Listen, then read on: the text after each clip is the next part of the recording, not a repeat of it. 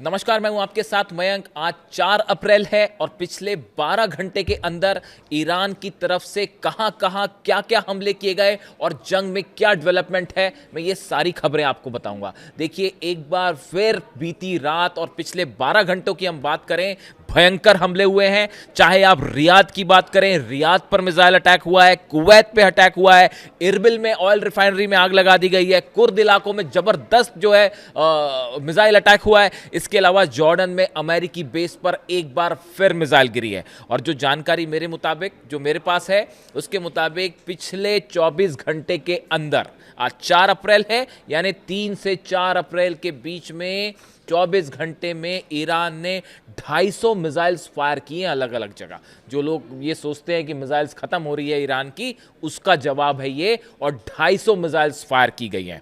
और सबसे ज्यादा जो मिसाइल फायर की गई उसमें इमाद और गदर का इस्तेमाल किया गया है। ये 2 मिसाइल्स जिसने एक बार फिर कई अरब देशों को दहलाया और इजराइल पर जबरदस्त हमले हुए हैं।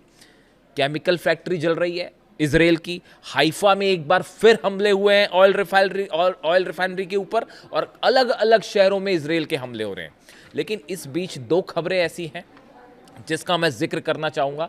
देखिए, कल ही मैंने ये वीडियो बनाया था कि वर्ल्ड ऑर्डर अब चेंज हो रहा है। उसका एक और एग्जाम्पल सामने आ गया। यूनाइटेड नेशंस में बहुत बड़ी जीत हुई है ईरान की।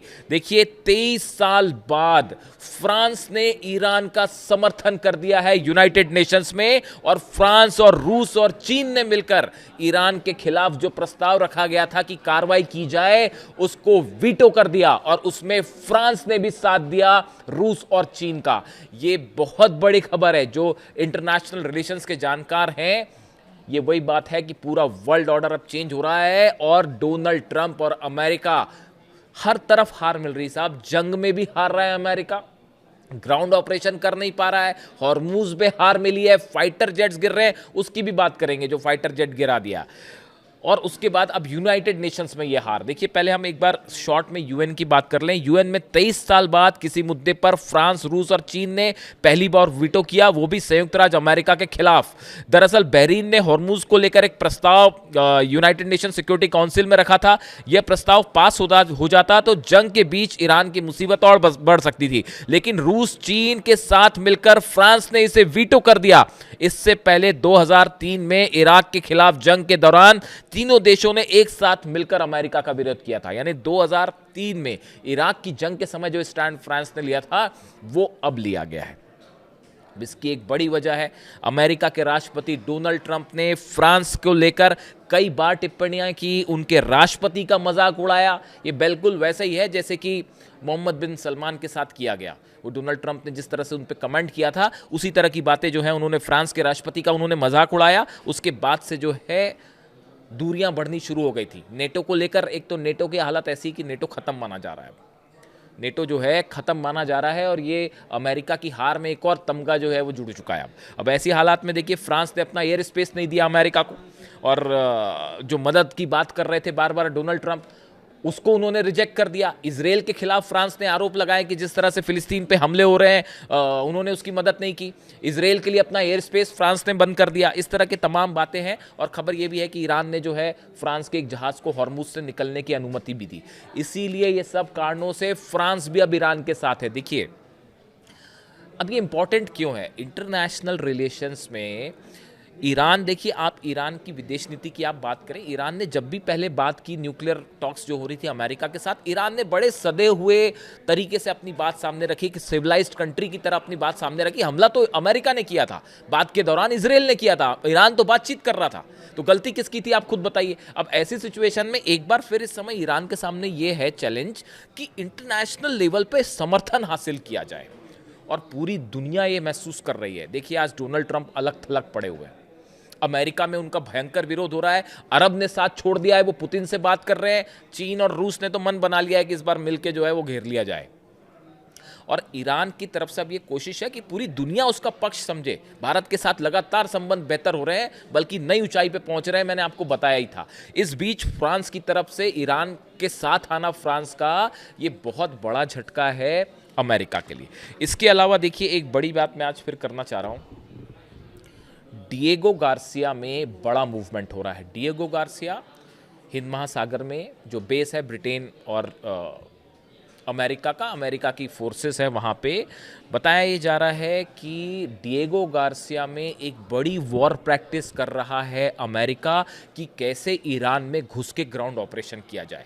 ये जो यूएसएस ट्रिपोली जहाज आया है, जापान से चल के आया है और ये माइंस काटने का काम करता है, होर्मुज में कैसे ऑपरेशन किया जाए इसकी तैयारी हो रही है डिएगो गार्सिया में। सावधान रहने की ज़रूरत है इस मुद्दे को लेकर। देखिए, डिएगो गार्सिया वो जगह है जहां पे अमेरिका के स्ट्रेटेजिक वॉर प्लेन्स हैं, शिप्स हैं, मिसाइल्स हैं, वहां पर ये प्रैक्टिस चल रही है। और आप देखिए, खबर आ रही है इस तरह से कि जिब्राल्टर फोर्ट में जो आग लगी थी उसको रिपेयर किया गया, करीब 20-25 दिन का उसमें समय लगा, अब उसको वापस भेज दिया गया है ईरान की तरफ। अब्राहम लिंकन है वो दूरी पर खड़ा हुआ है, पास नहीं जा रहा, दूर खड़ा हुआ है, और जॉर्ज डब्ल्यू बुश भी आ रहा है।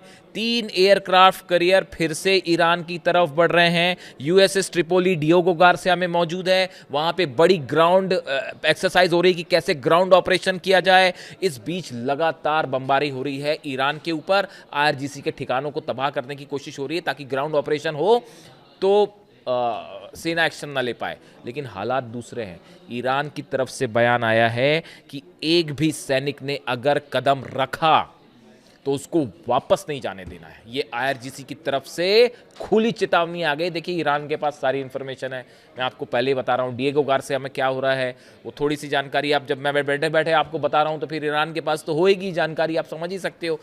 चीन के सैटेलाइट्स नज़र रखे हुए हैं, रशिया के सैटेलाइट्स नज़र रखे हुए हैं, कौन सा जहाज़ कहाँ उतर रहा है, सब जानकारी ईरान के पास है। ईरान को पता है ये डिएगो गार्सिया में क्या हो रहा है। बहुत सारी खबरें मैं आप तक वो पहुंचाने की कोशिश कर रहा हूं जो आपको नॉर्मल मीडिया में सामने नहीं मिलेगी, जो आपको कई जगह से रिसर्च करके निकालनी होगी।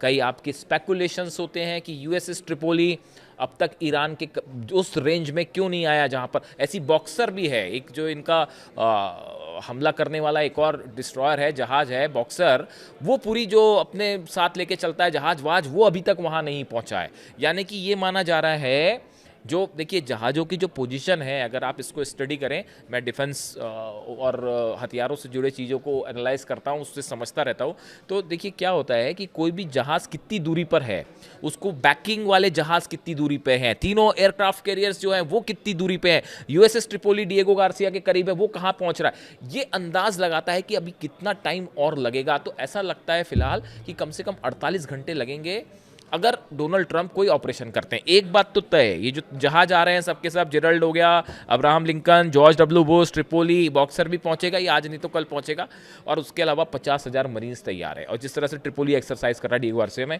ये निश्चित माना जा रहा है कि डोनाल्ड ट्रंप जो है वो अपनी हार से फ्रस्ट्रेशन में कोई ना कोई ऑपरेशन करेंगे ईरान में, ये तय माना जा रहा है। जो एक्सपर्ट्स हैं वो मान के चल रहे हैं।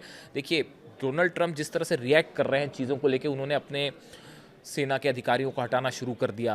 उन्होंने जो है वो, अब तो ये भी कहा जा रहा है कि जिस तरह से एक्शन लिया कि उन्होंने जेडी वेंस को एक नई जिम्मेदारी दे दी है कि 5 राज्यों में जो डेमोक्रेट लीडर्स हैं उनकी जांच की जाए कि कैसे पैसा आ रहा है, नहीं आ रहा है। ये एक फ्रस्ट्रेशन बताता है। ये जो एक्ट अब हो रहे हैं ये बताता है कि अब कभी भी कुछ भी कर सकते हैं वो शर्मिंदगी से बचने के लिए। तो ऐसे हालात में अब ये एक्सपर्ट्स मान के चल रहे हैं कि एक ऑपरेशन हो सकता है ईरान में, और सेना उसके लिए तैयार है। ईरान ने अपनी तैयारी कर रखी है और ज़बरदस्त तैयारी कर रखी है।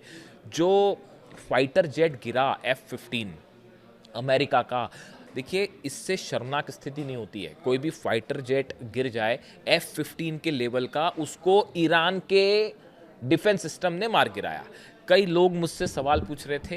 देखिए, मैंने ये वीडियोस जब बनाने शुरू किए, जंग शुरू हुई उसके पहले मैंने एक वीडियो बनाया था कि इस बार ईरान अपने डिफेंस सिस्टम से बड़ा सरप्राइज देगा। इस तरह की बात थी। देखिए, मेरे पास जो जानकारियां थी वो इस तरह की थी कि चाइना का अपना डिफेंस सिस्टम है और रशिया ने भी शायद S-400 की कुछ यूनिट्स प्रोवाइड की है, शायद पूरी प्रोवाइड नहीं की। उसकी भी वजह मैंने एक आपको बताई थी कि यूक्रेन को टॉम हॉक नहीं दिया तो शायद प्रोवाइड नहीं हुआ, इस तरह की चीज़ें होती हैं कई बार वॉर में। तो अब देखिए, लेकिन ये ज़रूर था कि ईरान ने अपने डिफेंस पे काम किया है। अब अपने उन्होंने टेक्नोलॉजी मिली, उन्होंने खुद अपना डेवलप किया आईआरजीसी ने या जो भी रहा हो, बट अमेरिका के फाइटर जेट्स जिस तरह से गिरे हैं, इसमें कोई शक नहीं है कि ईरान ने बेहतरीन एग्जाम्पल पेश किया है डिफेंस सिस्टम का। पायलट्स जो हैं वो सेना के कब्जे में हैं, वो आपको पता ही है। और जिस तरह से कल ये पूरा घटनाक्रम हुआ, बड़ा इंटरेस्टिंग था डॉग फाइट कि वो जो है पहले तो प्लेन गिरा, उसके बाद वो पायलट इजेक्ट हुआ, फिर उसके बाद आईआरजीसी की तरफ से कहा गया कि कुछ लोगों ने उनको पकड़ने की कोशिश की, तो ईरान की सेना ने अपील की कि उस पायलट को नुकसान ना पहुंचाया जाए। देखिए, ये बड़ी बात है ये कि ऐसे स्थिति में भी ईरान की सेना की तरफ से ये बयान आया फ़ौरन कि भाई अगर आप वहाँ पे आसपास शायद सेना नहीं होगी, लोग होंगे वहाँ पे, उन्होंने पकड़ा होगा उस शख्स को, तो ईरान की सेना ने फ़ौरन ये अपील जारी की कि अभी आप उसको नुकसान मत पहुँचाइएगा। स्टैंडर्ड हर शख्स के अपने बरकरार रखने पड़ते हैं। ईरान की सेना वो सेना नहीं है कि 165 बच्चों को जो है हमला कर दिया। याद रखिएगा इस बात को कि किसने 125 बच्चों की जान ली, कौन अस्पतालों पर हमले कर रहा है, इसका भी ध्यान रखा जाना चाहिए। तो खैर, अब उसके बाद वो ये ऑलरेडी जो है एक बड़ा झटका है अमेरिकन एयरफोर्स के लिए, जिस तरह से पायलट का पकड़ा जाना। और अब सही संख्या पता नहीं कि कितने प्लेन्स गिर चुके हैं, 25 से ज़्यादा हो चुके हैं। जो जानकारियां हैं बहुत सारी सामने नहीं आई है, उसके नंबर्स जब सामने आएंगे तब पता चलेगा। वैसे इजराइल को भी बड़ा झटका पड़ा है। जो मेरी जानकारी के मुताबिक वहाँ पे बड़े सारे प्लेन्स ऐसे थे जो कि एयर बेसिस पर खड़े थे, जिनको तबाह कर दिया गया है। तो ये जो नंबर ऑफ पायलट्स जब जंग के बाद सामने आएगा, मैं बार बार कहता हूँ जंग के बाद जब कब ख़त्म होगी, मुझे तो अभी दूर दूर तक कहीं एंड नहीं दिखाई दे रहा कि कहाँ पे ख़त्म होगी जंग। और वो जो है जब आपके पास टोटल नंबर्स आएंगे, आप हैरान रह जाएंगे कि ईरान ने जो है वो कितना बड़ा झटका दे दिया। तो देखिए, हाँ, बात हम एक बार फिर से आए इस पर, डिएगो गार्सिया से जो ये मूवमेंट है। अब सवाल ये है कि अगर डिएगो गार्सिया से कोई ऑपरेशन आप लॉन्च करते हैं तो कैसे होगा।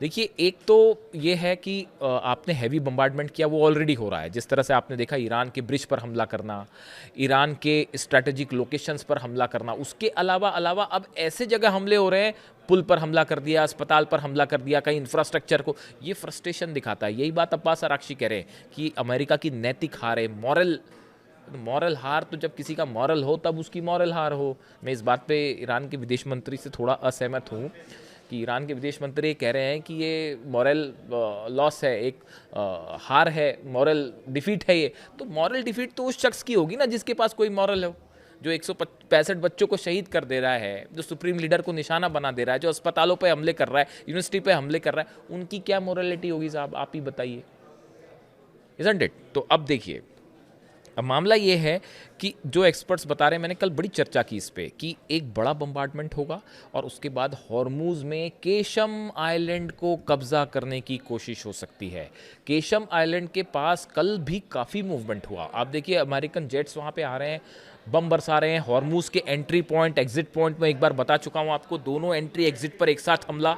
उसके बाद मूसा आइलैंड पे, इसमें यूएई का भी कुछ रोल हो सकता है, उस पर भी नज़र रखने की ज़रूरत है। ईरान ने नज़रें बनाई हुई हैं, इसी वजह से वो यूएई पर हमले हो रहे हैं।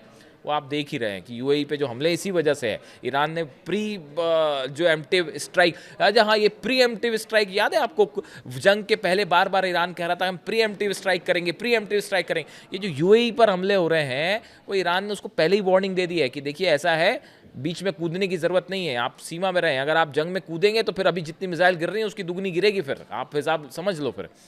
तो ये खबरें हैं इस तरह की कि यूएई जो है वो मदद कर सकता है मूसा आइलैंड पर, और केशम पे हमले पे मदद हो सकती है। तो ये 2 आइलैंड्स हैं जिसको लेकर टारगेट किया जा सकता है। पैराट्रूपर्स से फोर्सेस उतर सकती हैं। पहले इस तरह की बात थी कि यूरेनियम के लिए अंदर घुस के हमला होगा, वो तो नहीं हो रहा, बड़ा ही मुश्किल है वो तो ऐसा है कि बिल्कुल, मतलब उसके लिए जो जितनी तैयारी चाहिए वो सिचुएशन में अमेरिकन फोर्सेस है ही नहीं। तो अब क्या होता है, ये आइलैंड पर कब्जा हो सकता है क्योंकि यहाँ पे पैराट्रूपर्स उतर सकते हैं, यूएई करीब है। तो इस तरह से एक कोशिश हो सकती है। जितना बड़ा जमावड़ा ये है, ये जमावड़ा युद्ध खत्म करने की दिशा में तो नहीं है। जेरल्ड और Ford, Abraham Lincoln, George W Bush, Tripoli, boxer, 50-60 हज़ार जो है सैनिक घेर कर खड़े हुए हैं। भारी बम्बार्डमेंट हो रहा है। इसके लिए ईरान की सेना भी तैयार है। ईरान ने बड़ा प्लान तैयार कर रखा है। रूस की बैकिंग मिल रही है, चाइना की बैकिंग मिल रही है कि कैसे अगर ग्राउंड ऑपरेशन होता है तो कैसे उनको आने दिया जाए और उसके बाद उसे कैसे जो है सैनिकों को घेर लिया जाए। तो ये वो हालात हैं। जिसमें जो है, और इस तरह की भी खबरें हैं कि F-15 भी डाउन है, उसको पकड़ने आया ब्लैक हॉक हेलीकॉप्टर, उसकी सर्च में आया, उसको भी गिरा दिया गया है, और C-30 एयरक्राफ्ट रिफ्यूलिंग एक जेट है वो भी, उसको भी गिरा दिया गया है। इस तरह की खबरें हैं। यानी पिछले 24 घंटे के अंदर कई बड़े झटके लगे हैं अमेरिका को। वो वहाँ तो जो झटके लग रहे हैं अमेरिका में वो लग ही रहे हैं, वहाँ एक पूरा प्रशासन में उथल पुथल मची हुई है। अमेरिका में इतनी बड़ी अनसर्टेनिटी मैंने तो कभी नहीं देखी पिछले समय से, जब से मैं देख रहा हूँ। मतलब इतनी उथल पुथल तो शायद सेकेंड वर्ल्ड वॉर के समय हुई होगी। तो वो हालात है। और कुल मिला के यूनाइटेड नेशंस में भी, जहाँ से हमने बात शुरुआत की थी, बहुत बड़ी जीत है ये ईरान की, कि फ्रांस का समर्थन हासिल कर लेना और ईरान के खिलाफ जो है वो जो एक्शन होने वाला था, बहरीन ने इसको शायद लीड किया था, और बहरीन ने प्रस्ताव रखा था कि ईरान के खिलाफ एक्शन हो। अमेरिका उसको बैक कर रहा था, लेकिन इस पर लग गया वीटो, और ये हुई है बड़ी जीत ईरान की। जो भी अपडेट होगा मैं आप तक पहुँचाऊँगा। वीडियो कैसा लगा ज़रूर बताइए। Thank you so much.